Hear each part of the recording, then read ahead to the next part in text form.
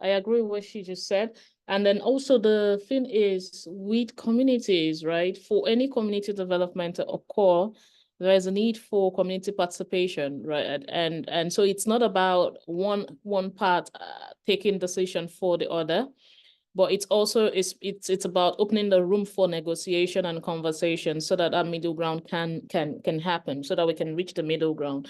Because there are communities that do not have any groups existing. So they don't have skills that they are using. They're majorly maybe farming communities, and they support their husbands on the farms, especially for the women. So it's not like they had something doing before.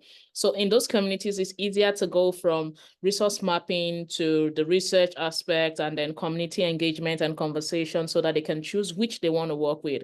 But with communities that they already have things going on for them, then that's where you have conversations and trainings on possible new areas of the same kind of product, right? So they could have the same raw material, but then used in a different way. So for instance, to give it in context, we're doing a lot with bamboo. We're doing key holders, and the women, we taught them actually, because that was a community where bamboo wasn't used at all. So we're like, okay, let's show them how to use bamboo to do crafts and all of that.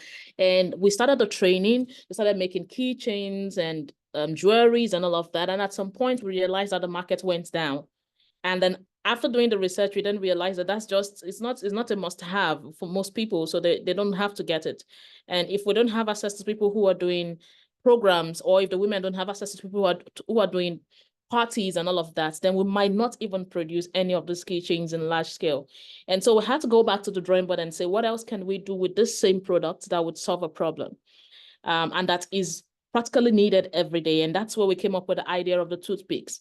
Now, when we came up with the idea of the toothpicks, we then realized that the startup for that is massive, because you need to get almost all the tools that we need. The women did it manually before, but that was very slow. And so as a result of that, we had to stop that in between. And then we started thinking together, and then we stumbled upon the idea that we can make toothpicks from palm frond. And then, so right now, the women in that group have added to their production, toothpicks production from palm, but then they also do the bamboo craft, right? And it was a process. It took us a journey to discover that, but it's valuable to them, because if they are not selling the bamboo crafts, then they'll definitely be selling the toothpicks, and the toothpicks have higher demand in the market, which is good for them. So it depends on certain factors, right? When you go into a community, because we're not supposed to like 100% decide for them.